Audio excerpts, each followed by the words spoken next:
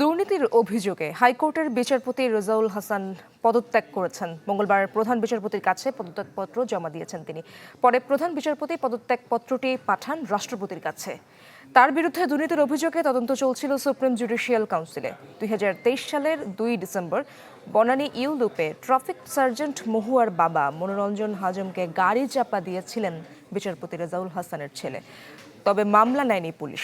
অভিযোগ ছিল বিচারপতির প্রভাব খাটিয়ে সে সময় পুলিশকে চাপ দিয়ে মামলা থেকে ছেলের অব্যাহতি নিয়ে নেন।